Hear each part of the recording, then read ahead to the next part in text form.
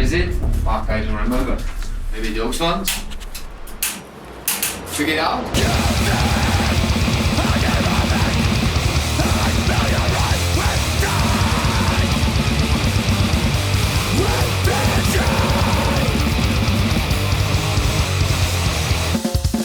I'm Curby. I'm an extreme music fan since I was 12. You know, since I met first German thrash metal bands, I really enjoyed it a lot. Then I sell my soul to Scum of Napalm Death, you know, and since that I'm doing things like fanzine, magazine. Then I have label, you know. Then I start to tour with the bands all around the globe. And then '99 I wanted to celebrate my birthday, so I did first Obscene Extreme Festival. We start like a birthday party. It was just birthday party for Curby. And now it's a huge festival. You're gonna see that it's, I don't know how many, maybe 5,000 people today. The festival started with his birthday party and just continued. He started 20 years ago, like the birthday party. And from that time, 20 years, he has the same idea of the festival. Nothing changed, no sponsors, you know, nothing changed in the 20 years. I mean, in the main idea, I really love. It's just unbelievable. I never expected. I'm repeating this in every fucking interview. I never expected anything like this, you know.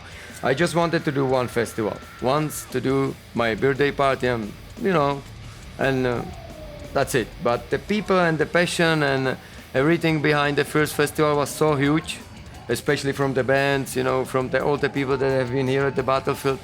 They were so incredible that I was pushed to, you know, continue. I had to do it, you know. I have no other choice. When was the first time you met Curby? Curby, I met the first time 1995 in Bischofswerda at an Agathocles record release show. Let me talk a little bit about our first show in 1999, because today we celebrate like the 20th anniversary, and tonight is a special event with bands that played already on the first Obscene Extreme. Yeah, for us it was like a game changer, you know, because we never played in front of so many people. And I still remember one guy who came to us after our show and he said, "Oh dude, that was like in 1988, Napalm Death, you know, that was like really 1988, and you are cool." And I still have this in my ears and my mind, and the show felt like this, and I'm still feeling like that, you know, the spirit of 88 and the early days of grindcore. So yeah, we're here today to bring it again on stage, and hopefully a little bit more wild as we were in '99. I'm Jan from Belgium, and I'm the vocalist of a band called Agathocles. I'm here with this festival because the first day of the festival were all the bands who played 20 years ago. I started to learn English because the Jan of Agathocles, that's the great story. They came here, imagine, here in Trutnov, first time they played here in '93 or something. And I came here totally drunk as fuck, you know, I couldn't talk. And I met Jan and I told him like blah blah blah, some bullshit like, you know, every drunk kid is doing. And he gave me like, you know, 2 EPs and told me like, give me like Homer crowns, like your currency. And I couldn't understand him, you know. And then he said just, "Okay, that's okay." And he just walked away. And I was like, what the fuck, you know, I can speak with my idol, this is bullshit.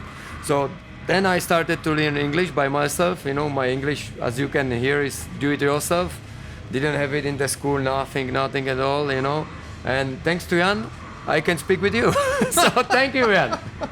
For how many days have they been building the stage? Just from morning. This morning? This morning we came here at 9 a.m. And they were all day long raining, which is completely bullshit, you know.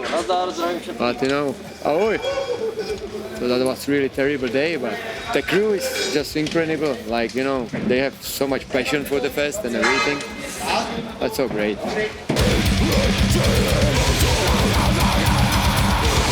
You know, there were so funny things at the first festival. For example, we realized here at the battlefield, like one day before the fest starts, that we don't have stage, you know. We ordered the backline, you know, the sound guy, everything, but we didn't have stage. So it was like, what the fuck? What we will do, you know, no stage.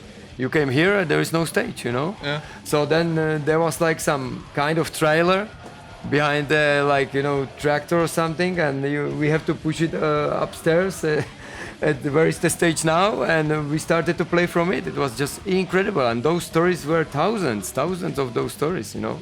Me and Curby have met the first time 1 year before in a festival in Belgium. It was a festival set by the members of Agathocles. One of the first times I met Curby, I think, was at a festival in Belgium, which we organized. Also an open air festival, which was called Weerlawaad, which means more noise in our language. We were in touch by written letters since years before. And we met there and became friends, and he was telling me about the plan of starting a festival in the Czech Republic, and we were one of the first bands he invited to play there.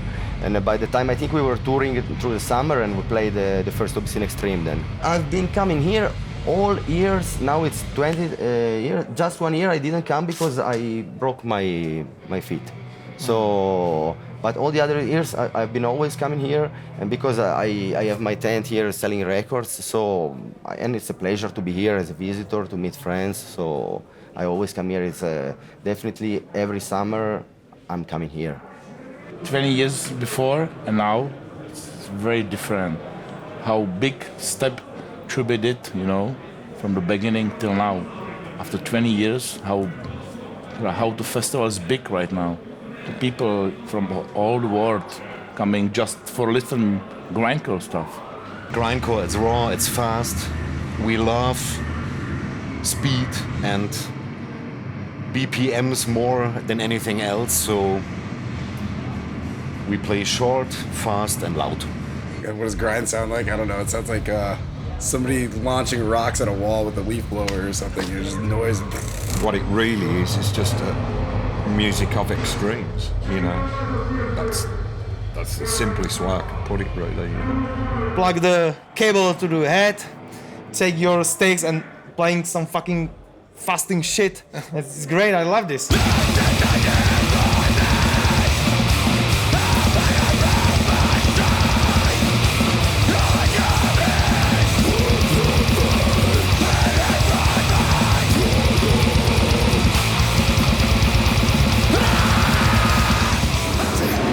I think we've met people so far from like 14 different countries or something.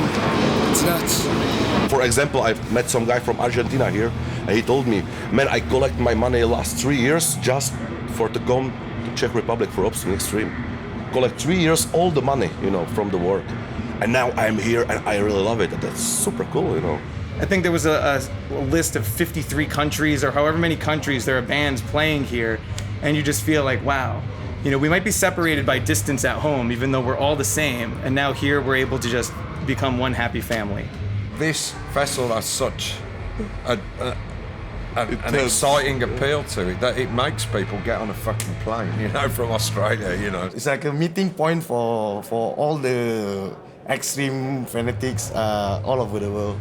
You can make new friends, everybody looks after each other, there's non-stop circle pits all day. The smell of piss and beer and weed is amazing. If you like grindcore, you definitely have to come to Obscene Extreme. It's my favorite thing in the world. It's difficult to describe how unique is this, how is the atmosphere. It's really the obscene thing when you're here. Even when he tried to export this to other countries, we've played in Obscene Extreme Asia and Australia. It was good shows with a lot of people, but was not the feeling, the atmosphere that it's here in Trutnov. So this is a special Trutnov thing that you have to come here to see and understand by your own how it is. It's difficult to describe it. The best time ever! Sure, it's not a useful person. It is the best festival in the world. Obscene! We still improve the festival. Every year is like a little bit different, little bit better, a little bit this and a little bit there. You know, it's just like, I really like it.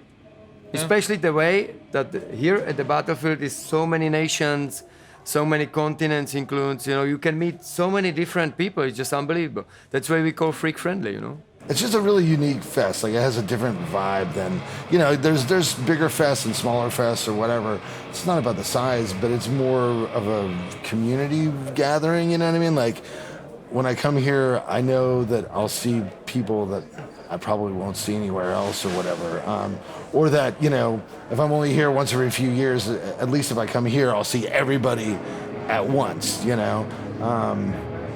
That's always just a great lineup, and I don't know why you wouldn't go, because it's also one of the most reasonable fests. I mean, I'm not trying to make a fucking Obscene Extreme commercial or whatever, but I mean, it really is, like, it's awesome every year. So I've been going to Maryland Death Fest for 11 years, and that was always a reference point for me in the United States of what was going on in grindcore, since they implemented so many grind bands in their lineup every year, you know?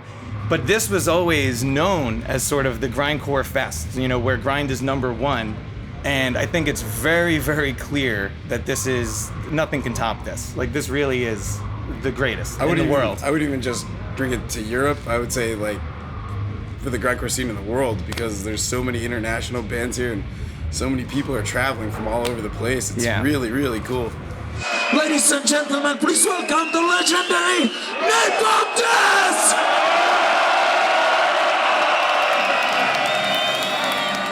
Come completely changed my life. Like it was like this. You know, that's it. You will follow it till end of the days. So from 12 years old, and they got you into this. Yeah, 12. I started with thrash, you know, some here and there, and then came 87, came like, you know, the scum, and it was all done. This is almost like an extension of Napalm Death, this festival, because it's, first and foremost, it's about the fans or people, you know, a good deal for them, rather than vastly inflated prices that you usually get with festivals that have very, like, corporate, they depend on corporations to supply the things. This festival doesn't, you know, so it can be more flexible, you know. So that's a great thing.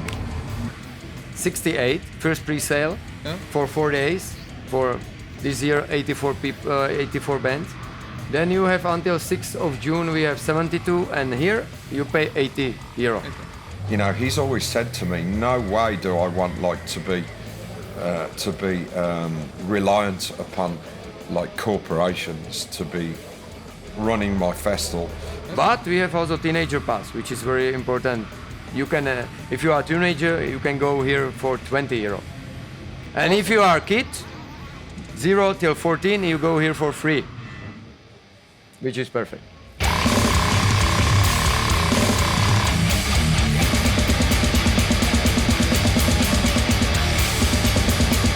All the sponsors are here at the battlefield. These people that buy the tickets, that's the most important, you know, what we get.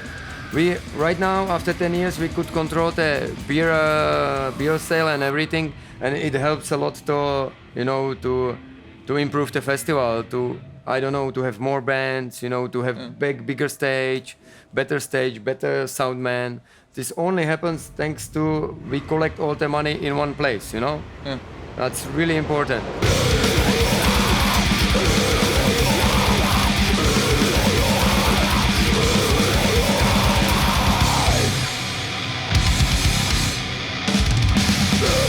What were your expectations coming into this as an organizer? Nothing. Nothing. Zero. I just wanted to meet my friends. Imagine should be this weekend like 5,000-6,000 people. I am pretty sure I know half of them.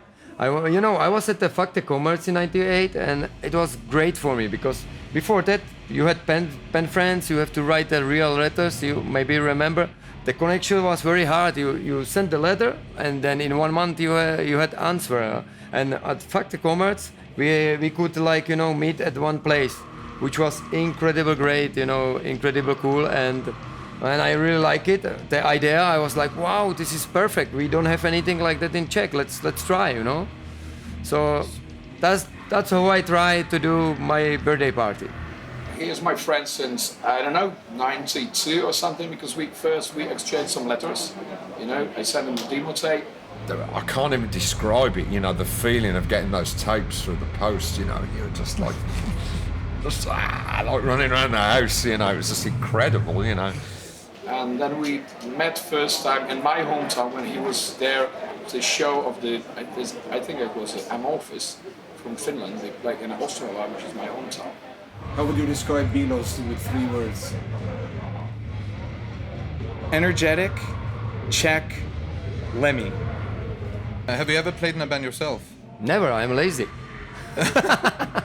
No, really, because I had once I have the band with Malignant Tumor Bilos. It was really funny. We call it Vaginal Tumor. Like, I make lyrics and everything.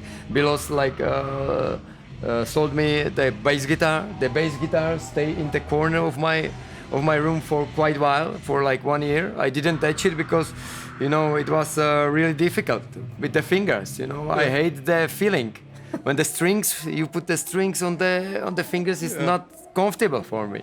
And I was also drunkard, I was in the final time of my alcoholic, times. Then I had to go to rehab and blah, blah, blah, everything. And simply after like almost 1 year, we had the band. We never played the show. We had many offers from all the Czech festivals, everything, we could do something, but we didn't. And after that, I had to, pay my alcohol bills, so I sold the bass, and I'm not rock star anymore. I was 22 something, 23, my brother has given me a ride to hospital. They gave me some really hard medicines. Then I survived something like, how they call it, alcoholics, when you have really bad times. My last party was with Yaro of that infection. We were drinking maybe 2 weeks in a row, 2 weeks. When I was alcoholic, it was really terrible. I couldn't sleep because I was shaking my hand like this, like every, 5 hours, because I want to quit, but you cannot quit without medicine, when you are really last stadium. So I remember I called Anonymous Alcoholics. You have them in Sweden too, right? So I called them and they told me, you have to drink something. And I told them, no, you misunderstand me. I want to quit drinking. And they said, no, you are close to the stadium when you get totally mad from alcohol, when you have too much alcohol, too less alcohol. When your body is fully, when you are addicted to alcohol, you need alcohol. Once, to not shake, because you couldn't even eat like soup, because it's not possible, it's like shaking like that, and so you have to drink. So I was calling them and they told me like, hey, right now you drink some hard liquor, a little bit, and come to the hospital. And I told them, no, I want to quit. I don't want to drink anymore. And they, no, now it's the time, you have to do it. This is like some kind of panic attack when you get it. Yeah.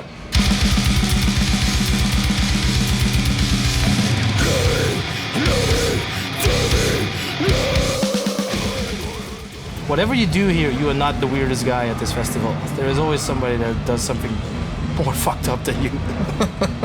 And it's completely normal.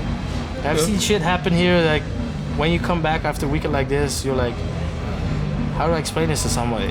If people ask you, so how was your weekend? It's like, I don't know where to begin.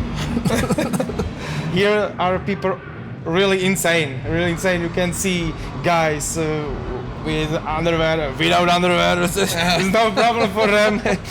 This is a really insane festival. More insane, or most insane I ever see. How does it feel to be playing on this stage when you're having like jumping bananas from stage? Yeah, it's sometimes like what the fuck when you're singing and you see some things passing by. It's like, oh, what the hell, people like screwing each other and getting naked. Sometimes I really have to like bite my tongue not to laugh. But it's incredible, and the crowd is very enthusiastic, and all this stage diving is going. It's a lot of fun. I met a Mark Simpson today, I met a SpongeBob, and they can dancing on the stage. If you have some secret inside to be like childish again, you can be here. If you want to walking naked there, you can walk naked there, Yo creo que una de las cosas que diferencia al festival es que se le da muchísima importancia a lo que es el grindcore sobre otros géneros. En otros festivales es como que, vale, sí, meten grupos de grindcore, pero siempre están un poco más abajo. Y aquí los grupos de grindcore son como cabezas de cartel. El festival es como el top. This is not fucking Wacken, or this is not like Hellfest or other festivals you're gonna see everywhere. You know what I mean? This is grindcore festival or death metal festival only.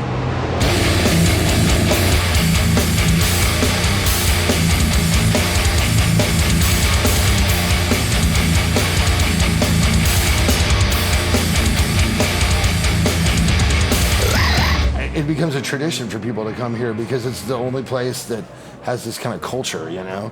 You go to Vakken and it's like seeing a bunch of people in fucking uniforms. Like, I've got 20 running wild patches. Well, I have 21 gravedigger patches. Like, cool. Like, here, I don't think anybody really gives a fuck, you know? It's like, you want to dress like a banana? Like, dress like a banana. You want to, like, get led around on a leash by some dude with a dildo sticking out of his head? Fucking do that. It doesn't matter. And that's the best thing about it to me is just the culture is so fucking open-minded and chill, you know? When was the first time you met Curby? Do you remember the exact moment or? Yeah, it was maybe 1994 in Germany. We play festival. We play was first show for Fleshless. It was East Germany. We played there with Death Infection, Last Days of Humanity, Agathocles. That was the first time I think I met him personally. He's selling there in the corn and selling his tapes.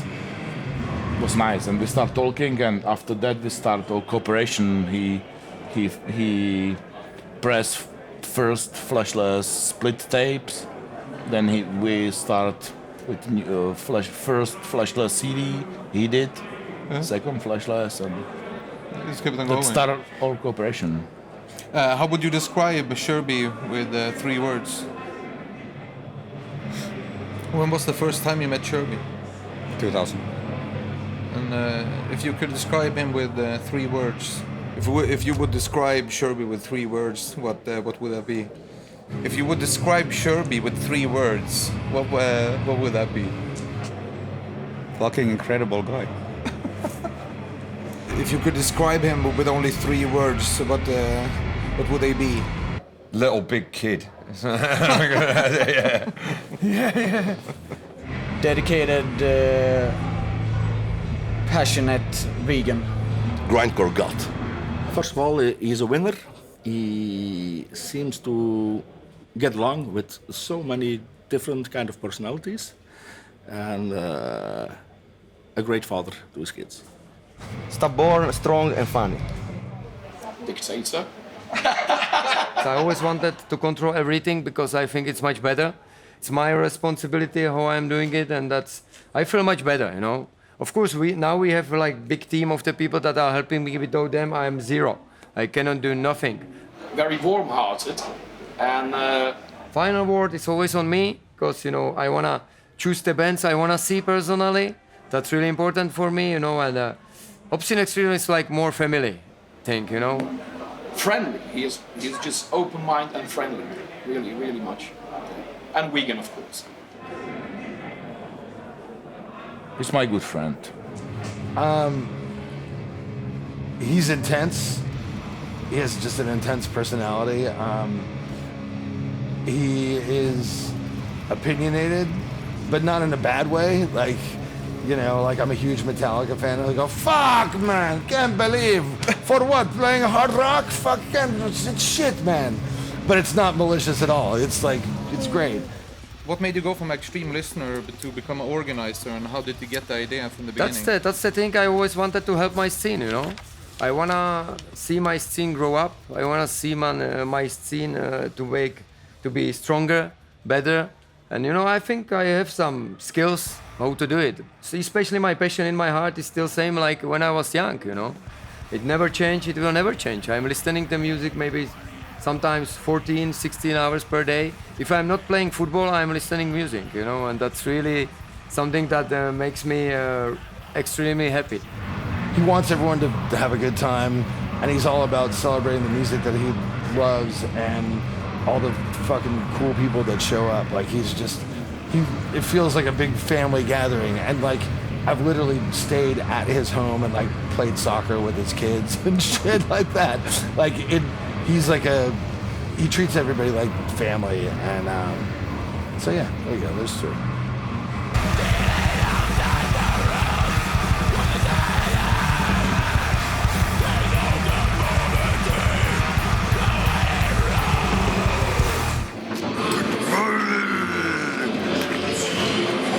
Everything okay? yeah, definitely. You? 3 hours sleeping is a little bit less. But it's some blast beats I hear. I have to go to there. Well, if I don't say nothing, I'm sleeping, okay? How was your day? Today? Yes. Beautiful. First time I see sun, so it means it will be great day. And last night there was like pure emotions, I guess, at the battlefield, and it was really beautiful. I didn't expect I will perform at my festival, you know, I never did. So that show with the band, with Bilos, you know, with Adolf and with Himus, with the guys I started this festival. That was really funny one. I don't know, have you seen it? 3 songs, a noise score. They even make some rehearsals, you know. I couldn't make it because that was surprise, and I never played the instrument as I said yesterday, you know.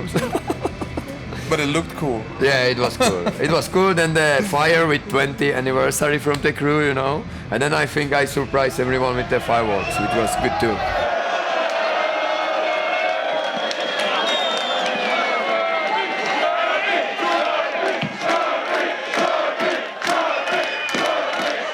Do you feel that you have like enough time between shows and all this to like enjoy the bands? Not really yesterday. Still, you know, the start of the festival is really hard always. You know, you can prepare and pre-production can be great, but then little things fucked up here, and there, and there must be someone who put it like this, you know. So first or second day it's always shit, but since today I have no problem at all. You know, bands are here. No cancellation of the flights, blah blah blah, this and that. So it's very relaxed time, and I have seen already 2 bands. The first band from Spain, Conventions, they were so great. Like, you know, they started 10 a.m. Already enough people here, and it was a great show. So yeah, I'm enjoying. I'm waiting for the Chipunk with 2 drummers from Nepal, you know.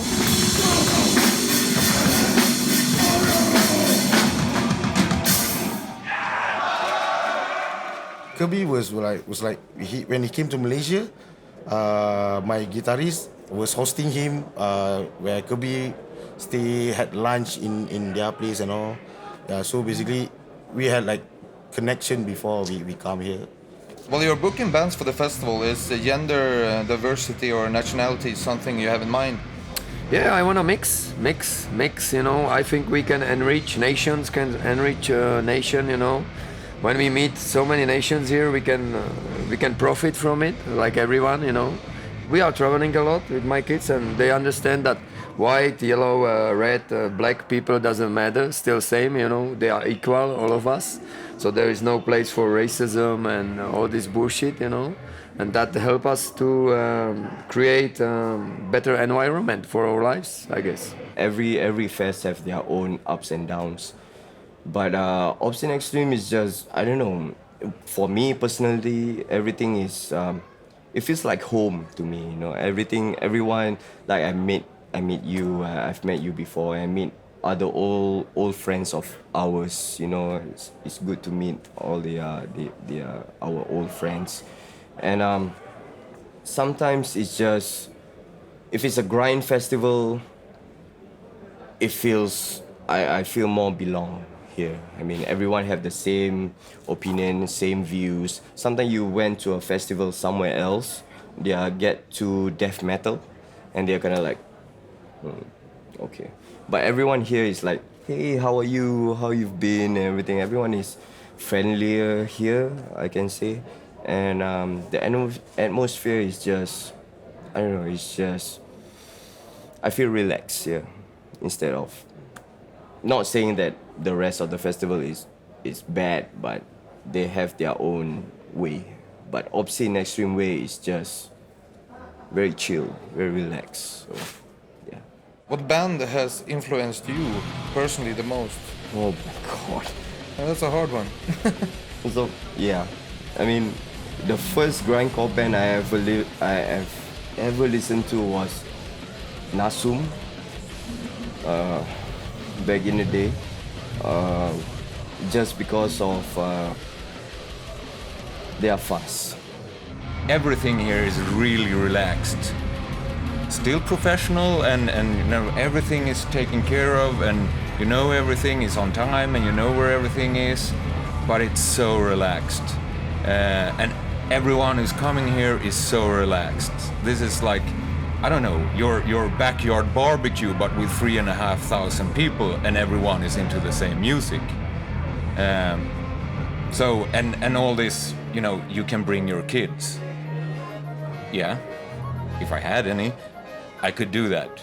I wouldn't be afraid they would get hurt here. Everyone is so like kind to each other.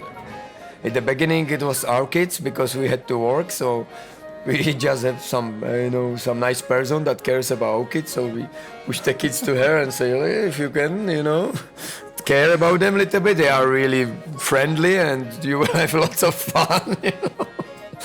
Well, it was great. Since that, it's grow up a little bit, and now it's perfect that you can leave the kids in the teepees in kindergarten, and they can make a tattoo here. And there's like tattoo workshop, stage diving workshop, water bottles. When it's sunny with the fans, and so much things to do here. They do different masks one day.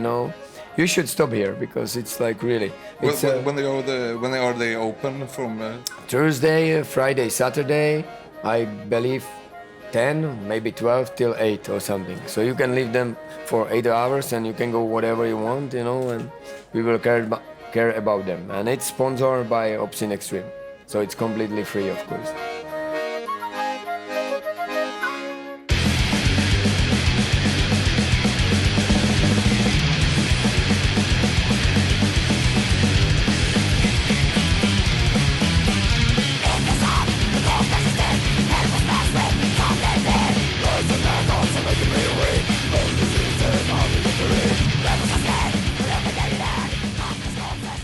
I can tell you how hard it is to be alcoholic, After 1 year with zero alcohol, nothing, I went to my favorite bar and discotheque in the city.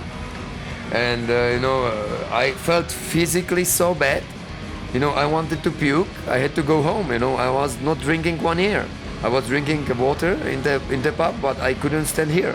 After 1 year of being free, not meeting my old friends, and everything, still the mind is so strong that I was so fucked up. It was unbelievable feeling for me. So I went home and never come back.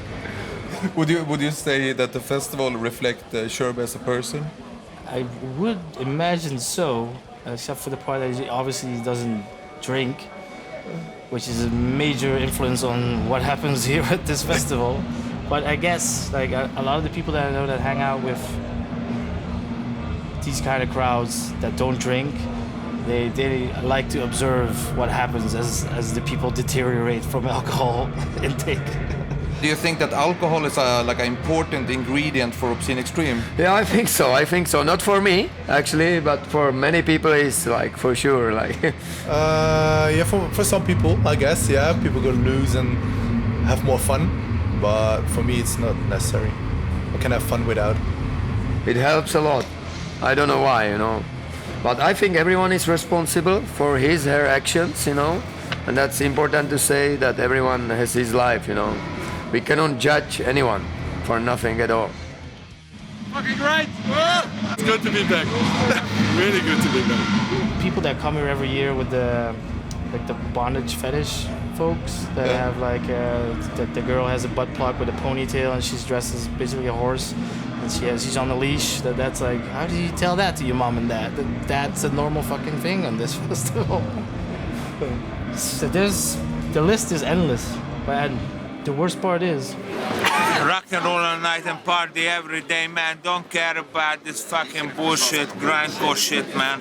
Rock and roll is the only way, man.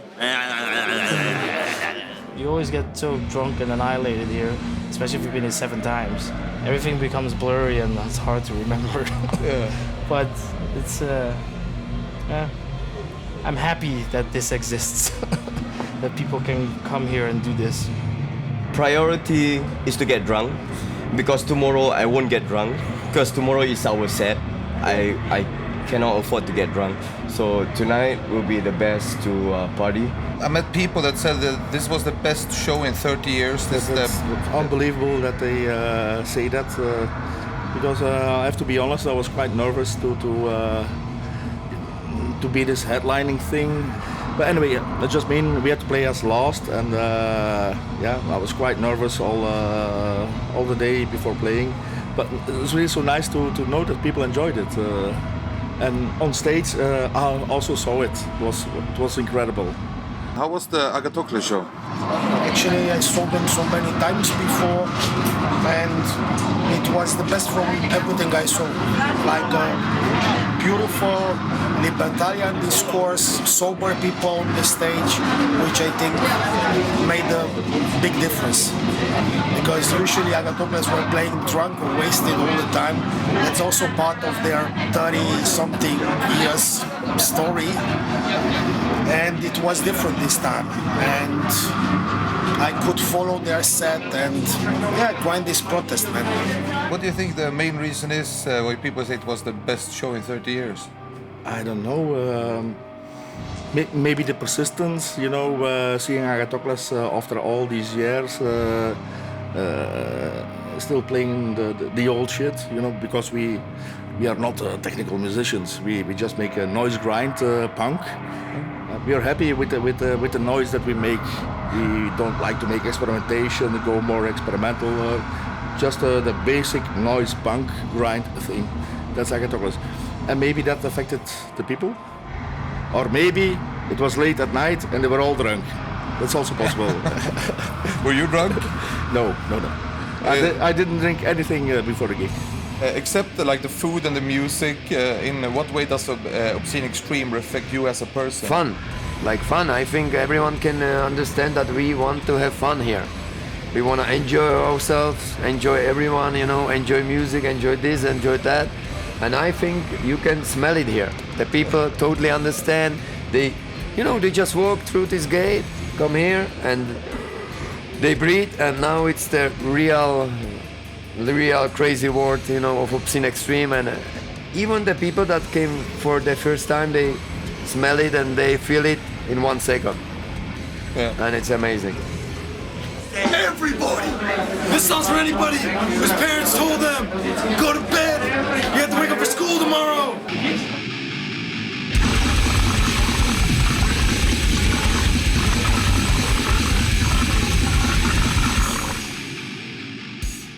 Is your family involved in the festival in some way? Sure, must be, because otherwise we cannot make it. My girlfriend is doing merch, all the merch stuff and everything.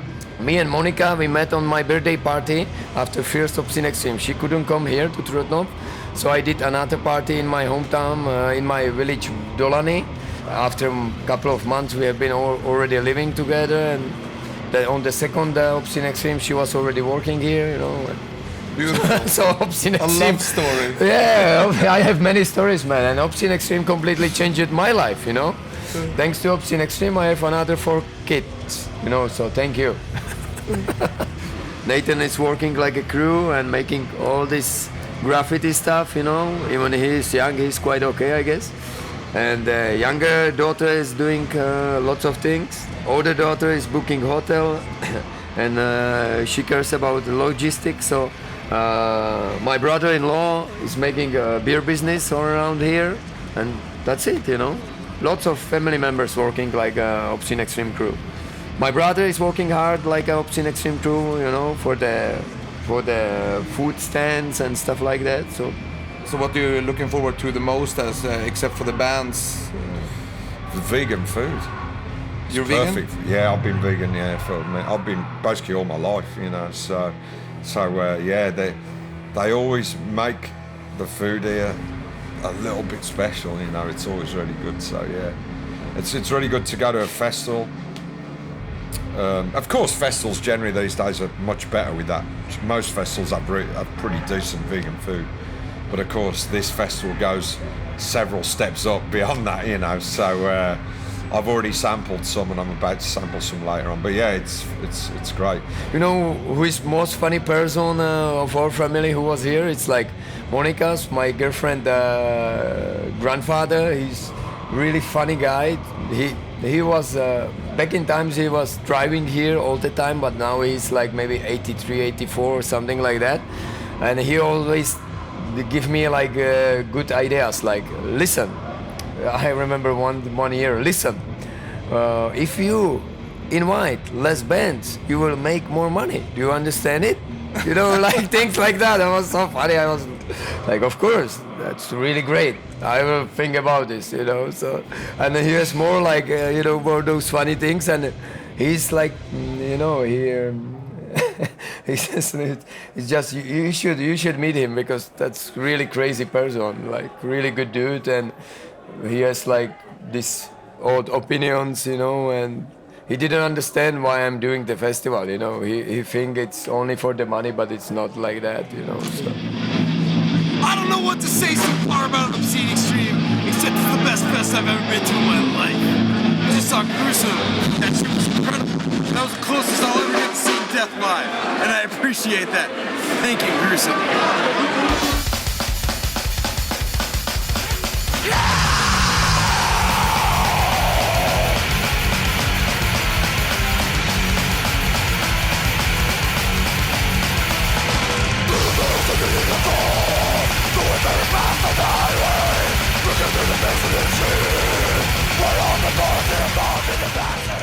Grindcore has a couple of subgenres, but I'm more into the kind of old school, more political one.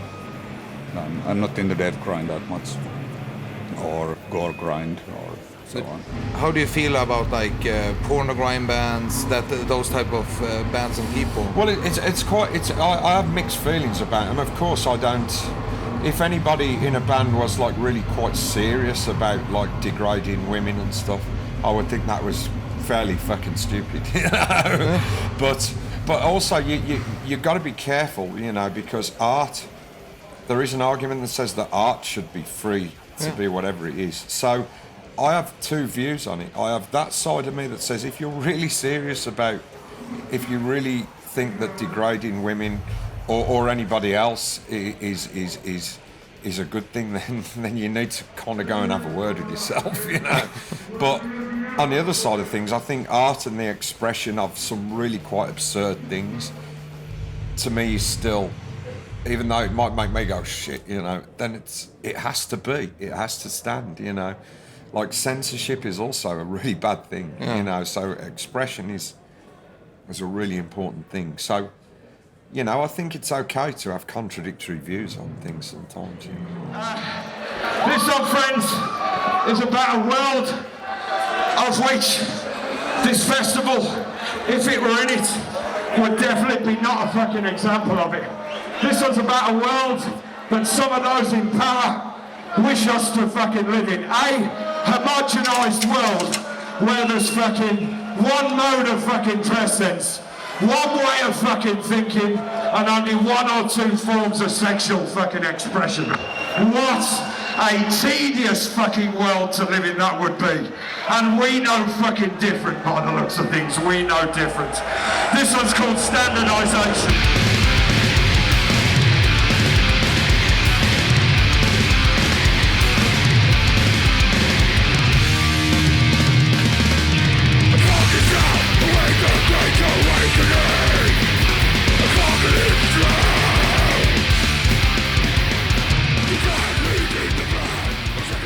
So what's the first thing you do in the morning?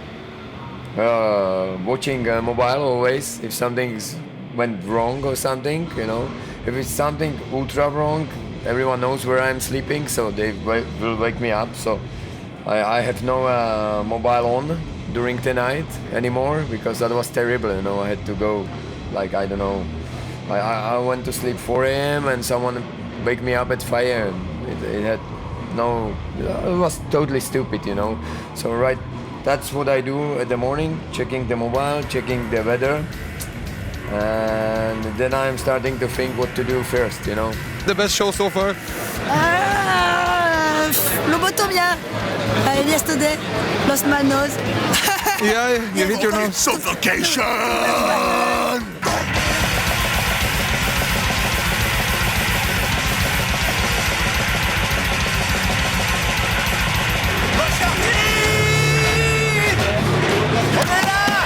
Desde luego yo empecé a dibujar viendo las portadas de Iron Maiden cuando era pequeño. Dije, esto es la mierda que yo quiero hacer de mayor, esto es a lo que me quiero dedicar. Y bueno, pues al final estamos en el camino de una forma u otra y creo que sí, seguiré dedicándome un poco a esto gracias a las portadas de Maiden. No sé si es una inspiración a día de hoy, pero desde luego empecé por eso. Bueno, la primera vez que hice un trabajo para el festival fue en 2010, que fue la segunda vez que tocamos aquí. Pues básicamente le escribí a Curby pasándole a Miroslav, pasándole pues un book de lo que hacía, de las portadas de Nazgûl y tal, y me dijo, ok, let's go, vamos a hacer una camiseta. Hice la imagen del primer cartel y a partir de ahí pues ya llevo 8 años haciendo camisetas, la imagen, cosas para los vasos, un poco.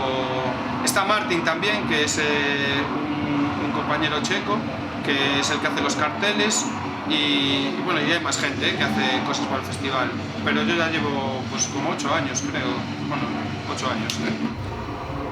Bueno, yo creo que todas las bandas que tocan aquí, toda la gente que aporta su grano de arena, contribuimos a que el festival sea de la forma en la que es. A veces, como te decía antes, pues no sé, yo creo que el festival es el que me dice cómo hacer los dibujos o los diseños para él. No creo que sea yo el que contribuya.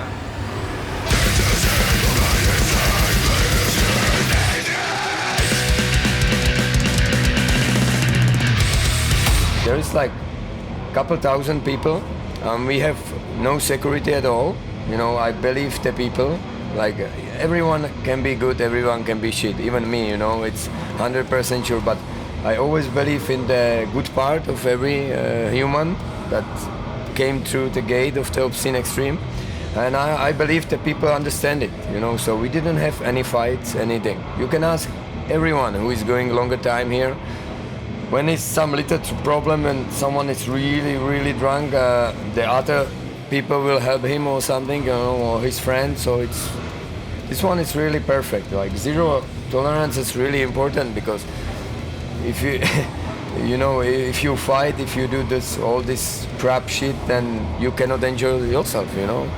I think the respect is the word that is most important, you know, respect to each other, and that's the most important thing. Would you say that you were like an angry kid? Yeah, definitely. We grew up in a shit place, so we were very frustrated, and by the time when it all started, the fact of playing this fast and noisy shit was a way to get out of all these paranoias and all these frustrations going around, and have our own imaginary space of something that nobody would even understand, just made for us, you know. Every freak, like little bit, you know, these people outside of society are very warm welcome here at Obscene Extreme, because they give us something special. That's why we have also all these freak shows and everything. I think Obscene Extreme is the place where you meet the most original people on the planet, or one of those like little places, you know, like smart and even like physically different, like, you know. People come up to me sometimes and go, oh, you know, the lyrics and stuff, and, you know, anti-violence and the veganism, and I think you're great, you know, because that's like, no, that's not the point, you know. It's not about me. It's about a contribution to a better world, you know. Endorsing humanity, you know, making the humanity bigger. Because certainly at the moment, humanity is very fucking low down, you know, in a lot of things, a lot of situations. This is a song quite visibly about recognising human beings first and fucking foremost. Human beings above objects of productivity, objects of profitability, or any of that old shit. Human beings first and fucking foremost. This one's called Smash a Single Digit Necklace. I am original person by myself. I never wanted to be grey. Well, you can always find Curby in a crowd, let's put it like that, because he wears the most colourful fucking clothes I've ever seen. You know, in Czech Republic, when you grow up, everyone wants you will be like this, you know? In fact, it's great because he's like an antithesis to all the black that's out there. You know, he's like blue and red and pink and yellow and all that stuff. Yeah, and the shades and stuff. But no, it's great. You know, he's definitely his own person. You know, that's for sure. I remember I had long hair when I started to go in age of 6 to school, and the teacher wrote my parents that it has to be cut because I'm boy, not girl, you know, and bullshit like that in communistic era, and they didn't care. So the teacher took me by hand, give me walk to barber, and cut my hair. It was an incredible experience for me, you know. Then I started to hate school, you know, because if they do things like this to you, you will never forget it, you know. And it really happens, and even the teacher paid the payment for me, you know. So that was pretty funny. But since that, I had always long hair, you know. Yeah, as the name says, it's freak friendly. You can do what you want, you know, there's not much control, there's freedom. There's no security, so it's all really free. So that makes it really good. So I love the thing that you can be on stage, jump off stage, whatever you like, you can do it. And I guess there's something from the spirit of the 90s, you know, when the wall came down, the system changed, you know, and everything got a little bit more free. And I think all the Eastern countries can enjoy that a little bit more. Because it still has the smell of freedom in it, you know. And freedom means for me, do what you want, you know. And it's grindcore, so you do what you want, you know, no borders, no limits, no control. Just enjoy yourself as you are, you know. Everything seems to revolve around one single thing, and it's humanity. It's about behaving like a human being, you know, in all aspects, you know. I was like little kid driving my bike like 12 kilometers to buy like really cheap ticket. I was going to these shows, and it was super wild back in times, you know, before curtain, Iron Curtain fall. So, and those shows were not forbidden, but it wasn't official, you know. So sometimes police came to the shows and beat the people, you know, and stuff like that.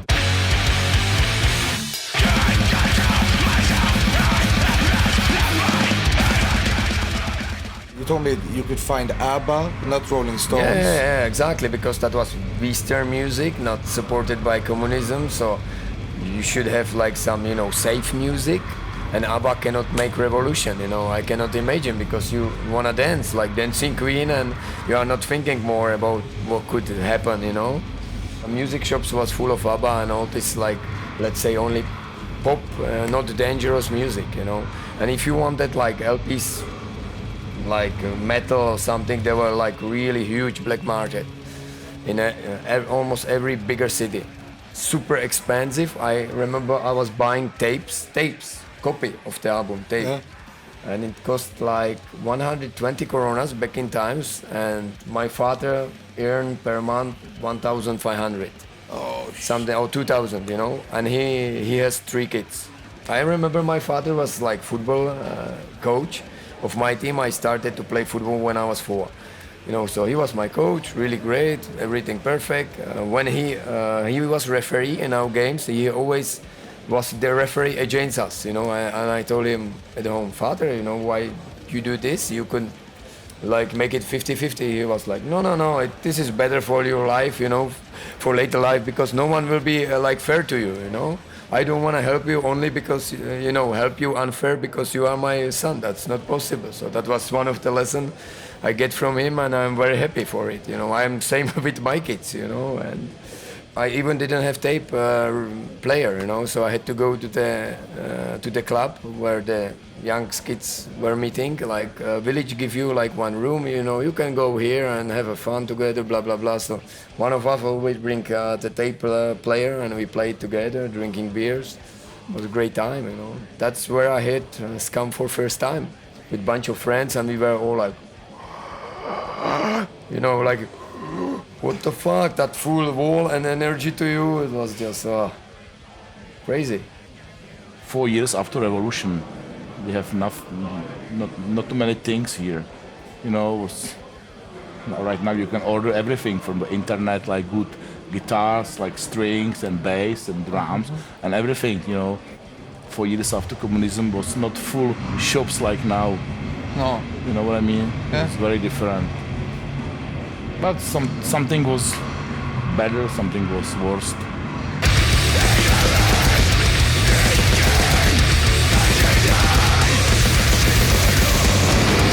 So, what? Is things going smooth? It's perfect, man. Better than expected. It's just like fantastic, you know.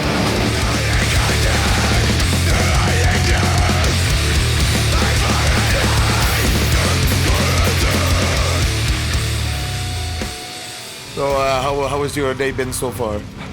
Fantastic, fantastic. You know, I did just one coffee, beautiful suspension workshop, which was first time for me. So, you know, when my kid did it first, like my daughter Annette, so I was pushed to do it too, and it's a great feeling to fly. Actually, I'm part of the Fly High tribe now, and I'm proud member. So it's beautiful. Then I have seen some great bands. That band from Sweden was great. Godmother, fuck. That was awesome. I saw you on the stage, so you had the fun as well, eh? I knew they will be good because KO Frozen Sound is booking them. But this was an amazing show, and I don't know, 11 o'clock or in 12 or something. Perfect. Yeah. Thanks, guys. That was great. I wasn't expecting that much people to show up that early. Like, because I guess we were the first band from today at 11 o'clock, so I figured people will still be asleep. But the turnout was good, and the crowd was going crazy, getting out on stage. So all you can ask for. For 10 years, it's been on my bucket list to be here. So I'm finally here after a long time. So it feels good. You know, all my favorite bands have played here. So I really want to do it as well someday, and now we're here. So it feels good. Did you see the game they did? Yeah. Like children play, like I think it's not, called Limbo. not Wall of Death. Yeah. Oh man, awesome. So I had so much fun already, and makes me cry that it ends, you know, tomorrow. What is your best memory from Obscene Extreme?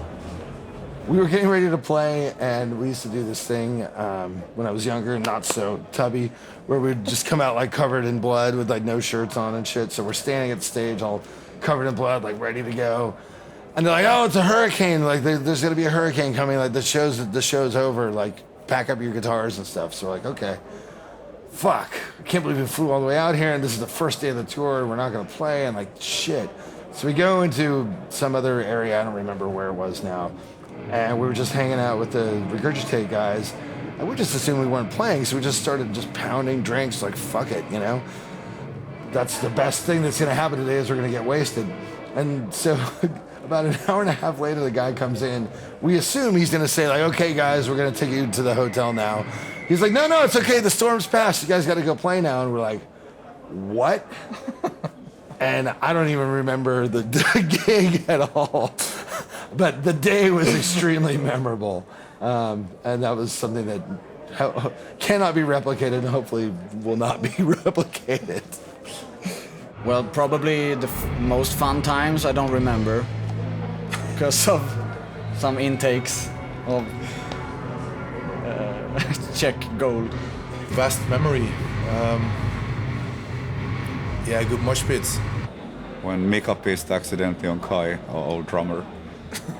Like, there's the backstage house back there, and now there's a bar on top of it, but that year, I think it was 2002, it wasn't there yet. Kai went downhill side of the building to have a piss, and then he's like, oh fuck, it's raining. No, that's not rain, that's piss, and then Mika is accidentally right on top of it. I've just been eating a biscuit and it's all over my fucking face. Okay. Wow. Okay, that's really impossible to answer because we had so much to drink and we can't remember because somebody interviewed me as well during 2012. What bands do you like the most? What's the most fun part of Obscene Extreme? I think I remembered answering him, I had too much to drink. Blackout. So everyone was blackout. So my drummer, my guitarist, I kind of asked them, what was the fun part of Obscene Extreme in 2012? They give the same answer. So Like no he don't memories. remember anything because it was too fun.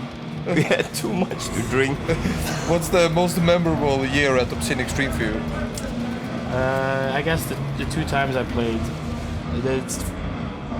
it's not even worth a discussion to say that the 2 shows I've played here are the 2 most awesome shows I played in my life. What year was the most memorable year for you at Obscene Extreme? I think every year, because every year is different. You get to meet other people. 2008 we also played here. It was memorable because 2 weeks later our bass player killed himself. Oh, sorry. Yeah, Tony killed himself. But it was his dream to play Obscene Extreme. He did. We recorded a new album at that time. It wasn't released yet. Yeah, and then he hanged himself. Oh, well, I'm really sorry. But we had a good party here and a nice show, of course. How does Trutnov as a city treat you and your festival? Beautiful, I must say. The cooperation with police, with major, with everyone here in the city is really great.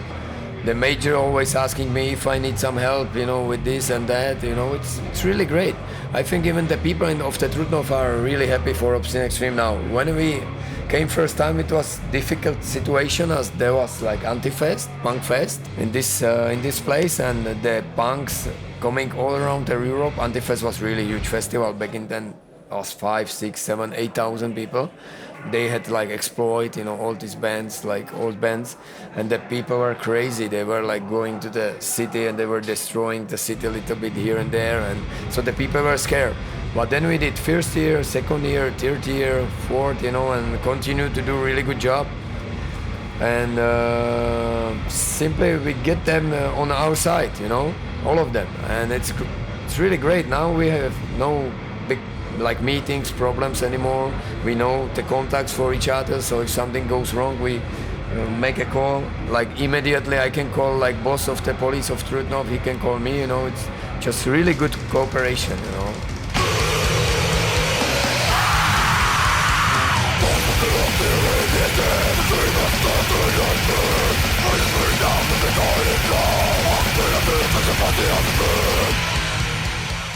Napalm did something 30-something years ago. Now it's up to other bands to add their thing on top, and drive it in all these different directions.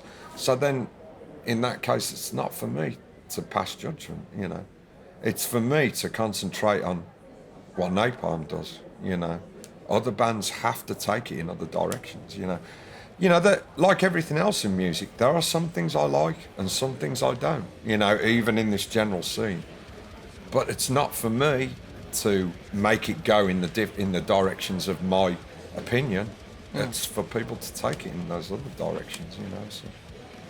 I love to see new bands coming into the scene, exploring new stuff. I like all the old school stuff, but I like the fresh spirit, when I see young people starting a band and being in it, really into it, just to go for it. I love that, I love playing with young bands, to support them, to give some kicks into the scene, that it's changing and not all the time the same. Like a little bit in the death metal scene, it still sounds the same a little bit, and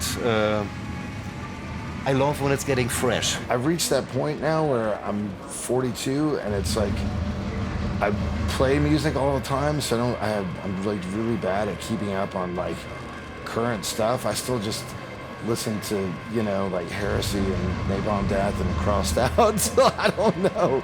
And I listen to all my friends' bands, you know what I mean? I listen to you guys, or I listen to Phobia or PLF or whatever,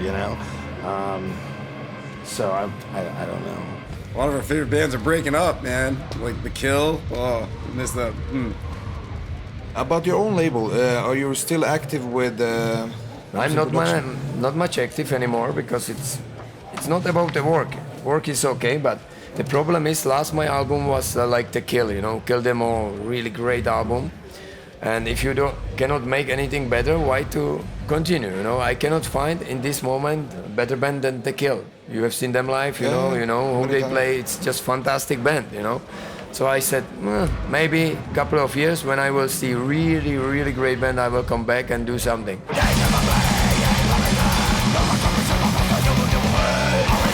If you could think of one song that would summarize this festival, what song would that be? You suffer. Why? You know, it's like exactly you suffer, but there is no reason for it. So the answer is why. You know, so you suffer for sure. Perfect. And it's only because it's not bad, because it's everything.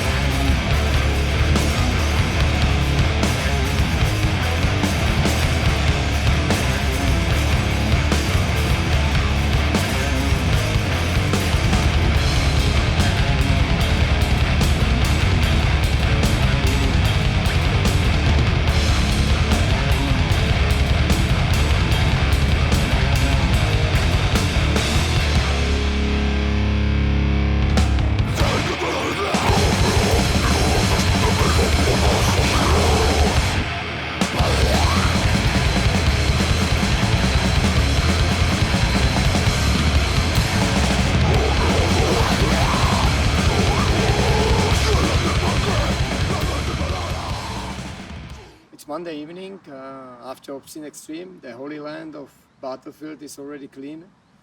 And I want to personally thanks to everyone who came to the Obscene Extreme and support us in many ways. You are all great. Thanks to you, that edition was completely amazing.